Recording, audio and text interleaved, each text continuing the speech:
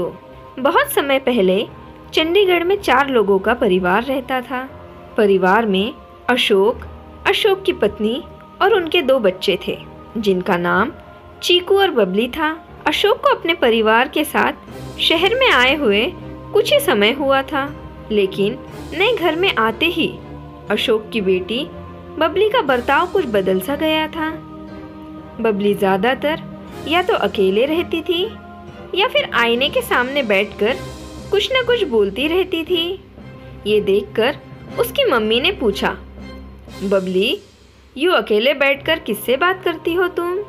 इस पर बबली ने कहा, मम्मी, मैं अपने एक दोस्त से बात करती हूँ जो मेरे आईने में रहता है। वो मुझसे सारी बातें करता है। ऐसे ही दिन बीतते गए और बबली का व्यवहार सबसे अलग होता जा रहा था।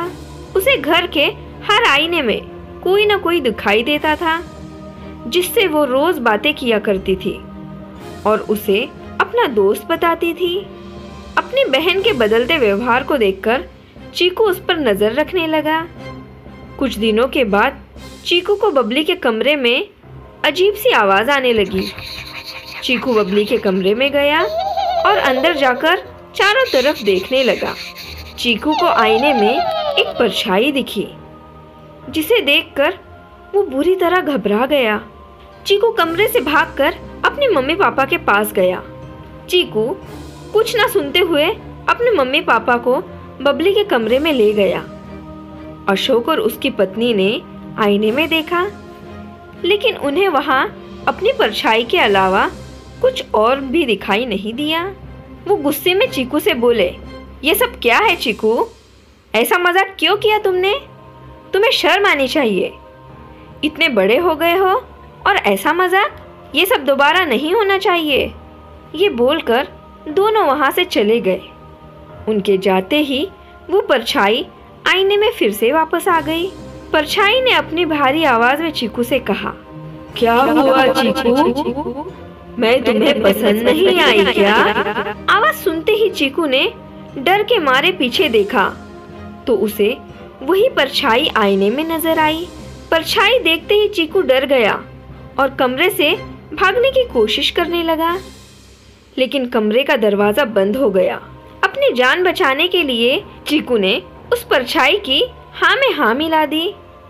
ये सुनकर परछाई ने चीकू को कमरे से जाने दिया, लेकिन उस दिन के बाद से चीकू को भी वो परछाई घर के हर आईने में नजर आने लगी, जिसकी वजह से चीकू बहुत ज्यादा डरने लगा। चीकू उस परछाई से बचने के लिए घर से बाहर एक पार्क में चला गया। पार्क में चीकू को एक कोने में बबली बैठी हुई दिखी। चीकू बबली के पास जाकर बैठ गया और उससे माफी मांगने लगा।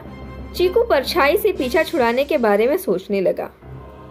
घर जाकर चीकू और बबली एक आईने के सामने आ गए और जैसे ही उन्हें वो परछाई नजर आई तो वो उसे आईने को लेकर बबली के कमरे में चले गए। ऐसे ही एक एक करते हुए घर के सारे आईने उस कमरे में ले गए। तभी उन आईनों में से परछाई के चिल्लाने की आवाज आई।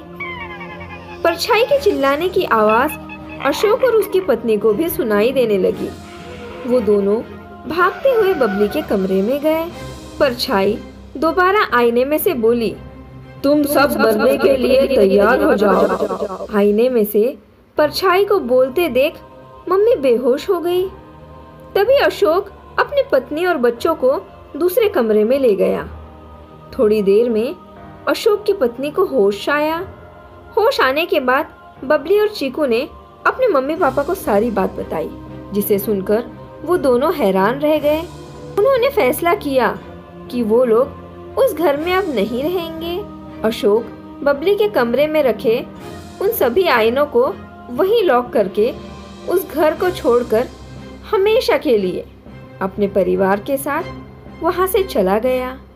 दोस्तों, अगर आपको ये कहानी अच्छी लगी होगी तो हमारे चैनल को सब्सक्राइब करके लाइक, कमेंट और शेयर जरूर कीजिए।